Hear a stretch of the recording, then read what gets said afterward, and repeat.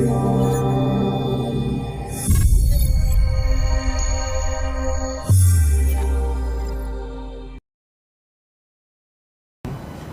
right, everybody, ding, ding, ding. That's what I'm talking about. We up in this thing. This is Ringside's Corner Confessions. As always, y'all know who I am. I am Trey Amazing, favorite part-time stripper, part-time megachurch pastor, but full-time dating commentator. And today, I am here with a very, very special guest. Her first time in the ring. That means her first time here with me. She has been referred to by none other than Head Crack himself. And I have been anticipating this interview for a while. I got Dr. Melody, the date doctor, inside the ring with me. Y'all give it up. Welcome to the ring. Thank you so much, Trey Amazing. You've been amazing since we met. And Head Crack, I just appreciate you, my brother, for this introduction too as well. I got you. And again, I appreciate you being here with me. And I know we're going to have a great interview because today we're going to talk about a topic that a few people have been talking about online in the dating communities and has sparked a lot of debate between the genders. And so this is the first time we're going to delve into it. We're going to cover it. But before we really, knuckle up and buckle up, because it's your first time in the ring, kind of give me, a brief introduction. Who is the date doctor? Kind of briefly describe yourself. Okay. All right. So I am Dr. M, the date doctor. I have been doing this journey for over, I would say, about 15 years now. Mm-hmm. So I'm not new to this. I'm true to this, basically. I heard that. Because I'm Gen X. I know it. I get that reference. Come on. Right. I'm new to this. I'm true to this. But what I do is in reference to helping individuals on their journey in reference to their date life. Because a lot of people have come to me about different issues that they might have, challenges when it comes to, I'm just really trying to find my forever mate, but there's some roadblocks, there's some things that stop me along the way. What can you do? What can you actually outline for me to see exactly what's going to work for me? So this is where I come in. It's so funny. Some of my actual closest clients, they call me the female Hitch. And I'm like, no, not that. Great movie, though. It is a great movie. I'm more so now on the other side, just trying to help you to get through whatever that the difficulties you have been having, that you can't get past the actual initial stages that you want that healthy and whole relationship. So this is where I come in, and I provide a plan that can get you to on your way. So that way you can have that healthy and whole date life that you always imagine having, because that's essential and that's important. As we know, Trey, most of our lives is 95% relational. I heard that. Okay. So we have to know how to be effective in those areas. And of course, the first relationship that we have is actually with our parents. So if you think about that, they're the ones to form us. They're the ones to actually mold us, to be able to get us out in the world. So what happens when our parents may not been parent the way they need to be parent? So these are the things that we will talk about. These are things that we will discuss, so that way we can kind of get down to the nitty gritty. It might not be, you might not want to hear what I have to say, but I'm going to be straight and forward with you, because I want you not to waste your time, your money, because you know what? Hey, we're all going through this tough time right now with gas prices, food prices, all those things. So we have to make sure that, okay, you hired me for a service, and I want to make sure that I perform that service and do it well, so that way you can have higher expectations and what you're ultimately looking for. So going back, I've been doing this for, like I said, well over 15 years now, and I have a passion and I have a purpose for this. Dime and a nickel. Yes. To help people on that journey called life and relationships. Well, I heard that, and I you know what, and I see why you and I have been brought together. Big shout out to my man Head Crack. Yes. Thank you for brokering this connection. You mentioned parents and relationships, and it's interesting because of course, and I think you implied, for a lot of kids, their very, very first idea of what a relationship is, or what a marriage is obviously from their parents. Absolutely. They see, the dynamics, and they see, what they've been, inculcated as far as gender role, quote unquote gender roles, and this is what a man does, what a woman does. That's their first impression, what they see with, their parents or, whomever is raising them. And of course, we all do that. We take, that impression, we take it out in the world, and it's up to us. Do we want to replicate it? Do we want to, revise it, make it our own, or whatever the case may be?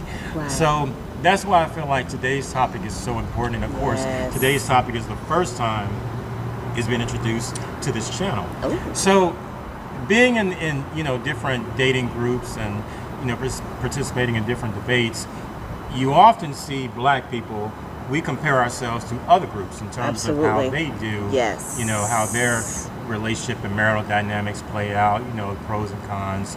Oftentimes as Black people, we find ourselves comparing ourselves to, how white people do it, how Indian people do it, how Asians, so on and so forth.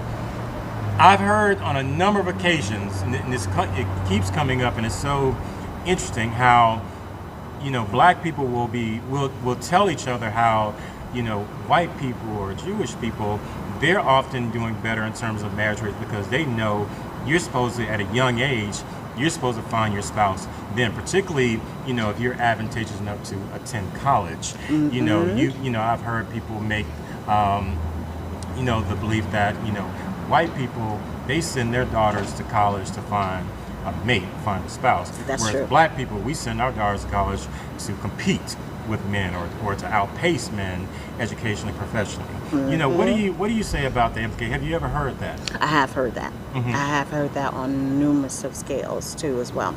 And you know what, Trey, too as well, we have to back that to our generationals. In reference to, we think about the greatest generation, that is actually back in the 1900s. That's when our great-grandparents, that was actually their actual mission at that time with their parents. Their parents is leading them on the pathway, say it was a family foundation. That's what that actual time, that era was about. It was about family. So they actually made sure that they stayed in alignment with what their actual parents, their grandparents, and whatever family members before them were teaching them the things they needed to do in reference to that. So it was family. Work was there too as well, but it was the foundation of family. Now we think about the silent generation, which is now our grandparents' generation, still on the same, standards in reference to that whole dynamic with family too, as well in their era. But now they actually are living on different times because of so many different things that they were hit with at that time. So, but still on a cornerstone of that was family for that. So you did see thriving marriages. You did see marriages that did last long times, even though partners might have actually, their life was preceded by death early. But some of those actual, individuals, they didn't get married again. Because I look at my grandmother, my grandfather's been deceased over 30-something years now. She didn't want to get married again. That was it for her. And, that was her fulfilling life for her. She was a homemaker. My grandfather, on the other hand, he was actually the one that was doing his, actually had his own business, and he was in the military. And at that time, that was the form cornerstone was the military. And that's the one thing they actually strive for is family. They back you in that too. So they're just like, okay, hey, you got your wife, you got your family, you got all these things. And that's why they offer those benefits to not only to the actual veteran, but also to the families as well. So because they understood that's what the family is about. So you just think about that. Now, moving into our parents' generation, that's where you get a little sketchy. Okay. Tell me about it. So our parents' generation, family's still there, foundational wise, this and it's not. But a lot of it now, you're seeing some single moms, single dads in the household. So what do you do when you are raised by a single mom that's never been married before? Or even a single dad that's never actually had interest in being married too. So it's just so many different things that we just think about in reference to, okay, so we're going down these generations. Now we're seeing there's some breaking, there's some things that, okay, family is still there, but it's not actually the forefront for past generations. Now they're in there, they're thinking about the working mindset. They're thinking about making change, all these things in that baby boomers generation. It's almost like leaving that nuclear family paradigm Yes. that has been there for so long, and then as the newer generations, like, okay, now we're kind of a break in tradition, or let's try some different things, or let's customize. A lot of people feel like there should be a marital template that we all should Right. subscribe to, and then of course you're going to have people who are going to be either quote unquote disruptors, or people who don't want to be traditional or conservative. They want to be a little more liberal and say, look, I want to take some Yes. creative liberties as far as how I Yes. raise my family, or what my family may look like, or what my spouse may look like, or even gender roles. Maybe we do things on our own versus you're going to have the people who they're going to shy away from the tradition, and people who are traditional is going to have to take issue with that. Correct. And but when I've seen these conversations play out, especially in reference to college, and we know college is not cheap, of No, course it's not. college varies, but all in all, it's expensive to go to college. Yes. And you have people who are saying that, of course, particularly with black women who are outpacing black men in terms of education, entrepreneurship, black women out here killing it. And then you have this stigma on the professional black woman who's 30 plus, who has a great job Yes. title, great salary, but no husband, Right. no husband prospects. Exactly. And a lot of people feel like, well, why is it that the black woman is prioritizing career, unlike the Asian women or the white women or Jewish women who prioritize going to college to strategically, I Right. was going to say strictly, but also strategically yes. find a man. You have these women who they go to certain schools not because it's a great school, that's cool, but because the men there, they feel like those men that graduate from that particular school, they're going to go on and do very well. They're going to Exactly. be great providers. Yes. And so I've often wondered, so are people really paying college tuition simply just to go find a mate?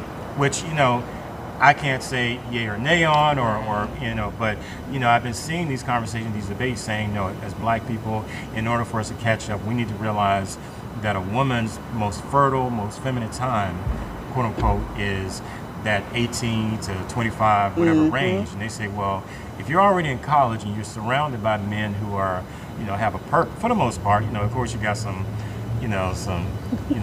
undesirables in college as well. But if you're in that environment where you're young, you're fertile, you're seen as you're in your best years, and they say, well, as women, now is the best time to look for a man. And they, a lot of people in the African diaspora feel like, okay, we need to catch up with other races because they're winning and we're losing. And so the belief now is, a lot of people are telling black parents, no, you send your daughter to college to find a man. Forget education. It doesn't matter a BA or whatever. Come out with an MRS. And it's like it can be controversial because Right. are you really going to pay college tuition just primarily Right. to find a man? And again, I look at it like I'm not in a position to say that's wrong or right, which is very interesting in that dynamic. What do you say about that for a parent who has a 18-year-old daughter about to send them to an Emory or a Spelman or a FAMU or a Howard or a Tennessee State or Hampton, and they say, look, your primary goal is to go find a man there. What would you encourage that, or would you kind of give them an alternative? Basically, what I would do is actually give them an alternative. Okay, speak on it. Why I would say that? Because if I'm sending you off to school, your primary focus, and I'm paying all this amount of money, you need to focus on your education. Because guess what? Even though you're in school, you're actually going through those periods, which is hard periods of being in school, as we know.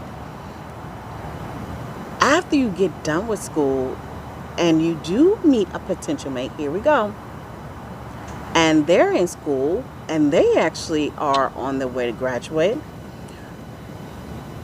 you guys got to both come together to figure out, okay, we're coming together, we're about to take this journey called life, and now we have to understand what are our skill sets in reference to what can we come together as a partnership in?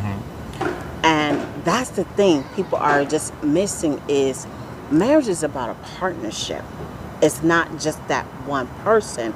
It's two people coming together just to, bring in greater dynamics, bring in greater things, so that way both parties can win together, ideally.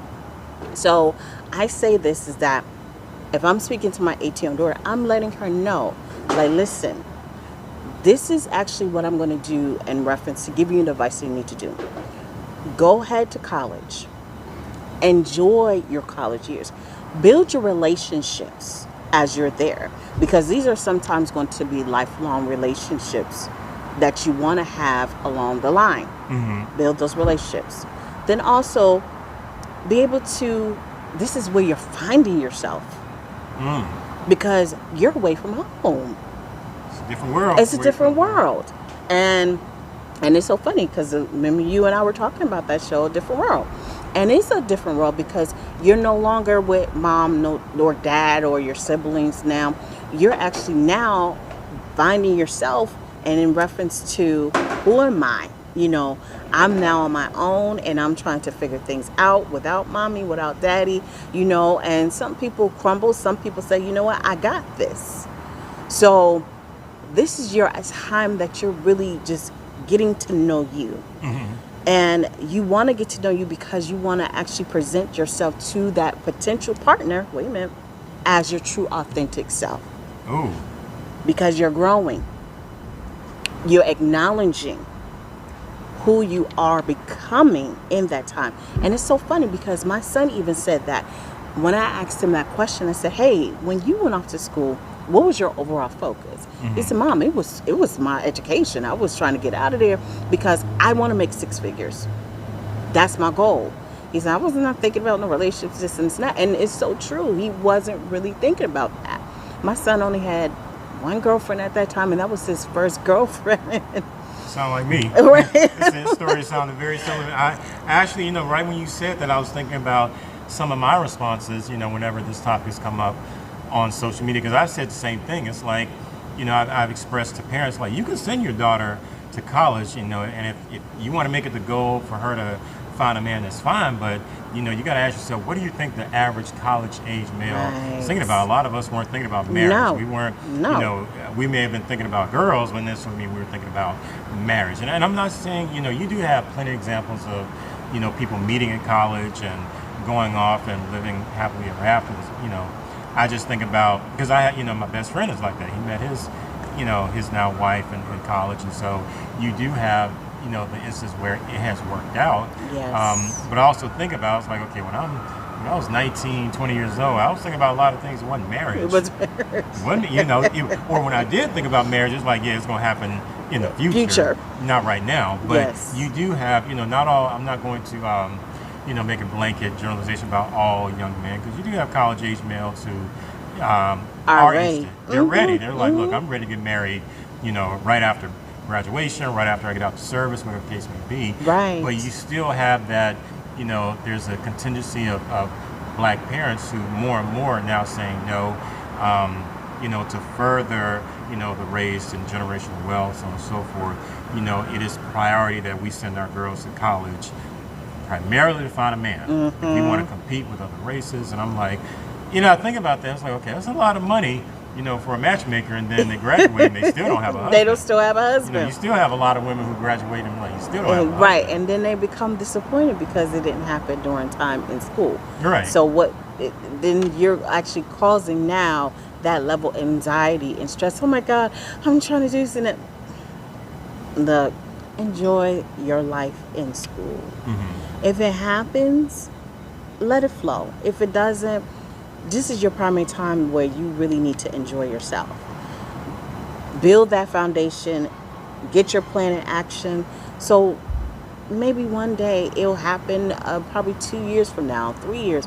You never know. You actually might end up meeting that mate when if you decide to do your master's program, or whatever that you may decide to do. So maybe on your first job. Exactly. Something. Right. Something. So it's just, you got to keep an open mindset, not just allow it to be, okay, I'm going to school and this is what I'm going to do. you're going to stress yourself out. And you're going to be really disappointed. You're going to be disappointed that it didn't happen. I mean, that's a lot. You know, when I think about, you know, the people I know who are going through the Sally Mays and everything, and have to pay back college debt. Right. Like, that's a lot of money to pay back, and not. You still didn't get what you wanted. Like, if your primary, if your goal and objective for going to college was to find a man, find a husband, and you graduate, you still don't have one, but you got this big bill, this huge debt you got to pay back. You know, I can understand why some people would be a little disenchanted, but you know, I've often said that, of course, social media makes it worse. You know, comparison is often the thief of joy. Yes. And the more I see black people in these circles debating, you know, these topics, and they often compare ourselves to, you know, Indians. How, you know, they'll say like, well, they have arranged marriage, and that's why their marriages work out so well. You know, they start from the very beginning, and I'm like, okay, you know, what is the feasibility do you think that works out for us? Exactly. Not to say it can't, but how do you think, you know, just because something is done in another culture, you feel like it's going to have the exact same results? Exactly. So, but I see that a lot. You know, particularly, you know, college, as expensive as it is, you know, people are still saying, no, send your daughter to that beautiful HBCU to get an MRS degree, you know, if you ever expect her to really, you know, compete right next to white women or something like that. And you have to think about it too. Look at the level of profession too. If you think about a student that's going to become a doctor, how long they're in school, 8-10 years? They're not thinking about actually becoming someone's spouse at that time, because actually their particular time is in reference to, okay, they got to vote to their studies, then they got to do their residency, then they got to do this and that. So family right now is not a thought, you know, because of the actual track they're on. Even with an attorney, the same thing too as well. They're in school for this time. They're hitting those law books because both of these professions, they have to take a standardized test and exam in order for them to become the doctor, in order for them to become the attorney. So really, to be honest, that profession and track, they're not really thinking about that. You know, that may be something after they're done with schooling and everything. It's like, okay, well, maybe now it's time to get that, you know, get that family going and all that. But you have to think that, no, sometimes it may happen, not necessarily so. Yeah, I mean, this has been a continuous debate, and it comes up, and you know, you have the people, particularly people in the red pill community, who are very, very passionate about, you know, as young men, you definitely send boys to college and to the service because, you know, the expectation is they get their degrees so they can make money, provide for a family. Right. And so, and then the response to that, well, if you do send your daughter to college, is to find one of these men who's going to one day become, you know, that surgeon or that attorney general or something, you know, and it's like, okay, this is an ongoing thing, and you know, but there is a certain stigma that people want to cast on, you know, unfortunately, on the black professional career woman. You know, some people feel that, you know, it's masculine for a woman to work and attend college and things like that. So these are different dynamics and beliefs that are, you know, we're fighting against, especially as a culture. Yes. And so, and I know we're not going to be able to delve into all the specifics in one interview. So that's why we got to have a second. Yes. This has to be a sequel. Yes. But before we get up out of here, and again, before you leave, I just want to say again, thank you so much for stopping by the ring. If you're out there watching, make sure you like, comment, share this video. Again, drop some comments down below. Make sure you share it, and also subscribe to the Facebook group. If you're on Facebook, go up top to that search bar, type in Ringside LLC, request to join the group, and either myself or one of my admins will admit you. Date Dr. Melody, before we get up out of here, I see, you know, something that's caught my eye. You got something in front of you that is really making my mouth water, making me think about, you know, a few different things. So, you know, kind of direct your attention. What is that that nice little bottle you got This going on? right here. Okay, so tell me all about it. Yes, so this is actually called A Glass of Love. This is the wine brand that my husband and I launched this year in May. We have 6 different variety of wines. This particular baby just was launched out last month. Oh, happy birthday. Yes, absolutely. And really, to be honest, this has been the number one top one that people really are liking the most. This is my love potion number shh. And why actually we decided to do the actual black bottle, because it's a mystery in the bottle. Okay, it's a semi-sweet. This one here, we have 13% alcohol in it, and it's vegan and also gluten-free. So just for the people that are, definitely making health conscious, we got you now. We got you. No excuses. We got you now. No excuses. And it will not give you, some wines you have that typical crash or anything like that. This won't give you that. It'll give you a nice, chill vibe, particularly with that. So that's what we enjoy about the wine. But this is actually we have a semi-sweet. We also have a Sauvignon Blanc. That one's called Embrace. We have a sparkling wine that's called Endless Love, and that's a white paired with a peach. So those, when we talk about these other ones that I'm going to be talking about, those are more the actual sweeter ones that we're going for. We have one that's called Mr. Right Now. That's with actually white grape with a hint of apple. That's the one my husband named.